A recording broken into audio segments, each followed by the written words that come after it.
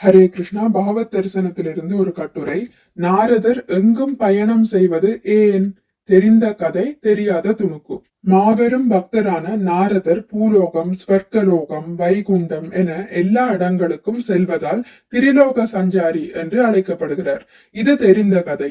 அவர் ஓரிடத்தில் தங்காமல் ஆங்காங்கே அவ்வாறு பயணம் செய்வதற்கு காரணம் என்ன என்பதே தெரியாத துணுக்கு. பிரஜாபதி தக்ஷன் தனது மனைவி பாஞ்சஜனியின் மூலமாக 10,000 மகன்களை பெற்றெடுத்தார்.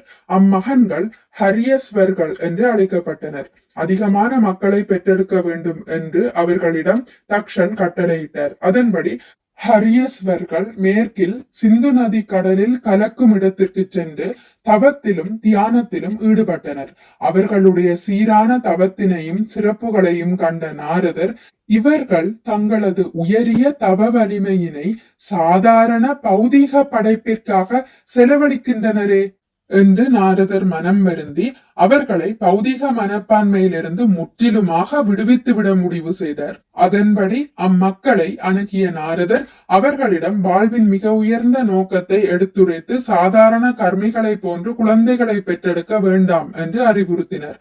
அவரது அறிவுரையை ஏற்ற அவர்கள் துறவற பாதையை பின்பற்றினர். தக்ஷனிடம் திரும்பி வரவே இல்லை.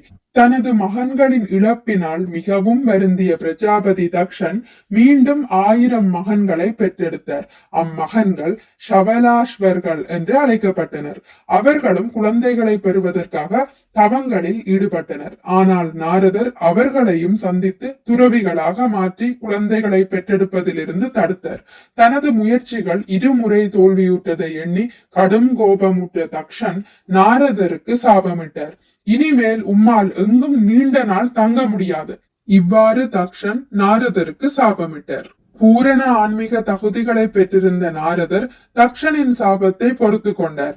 அவர் அச்சாபத்தினை நல்வழியில் உபயோகிக்க தொடங்கினர். ஓரிடத்தில் தங்கி பிரச்சாரம் செய்வதை காட்டிலும் பல இடங்களுக்கு பயணம் செய்து பிரச்சாரம் செய்தல் சாலச் சிறந்தது என்று எண்ணிய நாரதர் அன்றிலிருந்து இன்று வரை உலகத்தில் உள்ள எல்லா இடங்களுக்கும் ஓயாமல் பயணம் செய்து மக்களுக்கு கிருஷ்ண பக்தியை வழங்கி அனைவரையும் பிறவி பெருங்கடலில் இருந்து விடுவித்து வருகிறார். ஆதாரம் ஸ்ரீமத் பாகவதம் 6வது ஸ்கந்தம் அத்தியாயம் 5. மிக்க நன்றி. ஹரே கிருஷ்ணா. உங்களுக்கு இந்த வீடியோ பிடித்திருந்தால் லைக் பண்ணுங்கள், ஷேர் பண்ணுங்கள், சப்ஸ்கிரைப் பண்ணுங்கள்.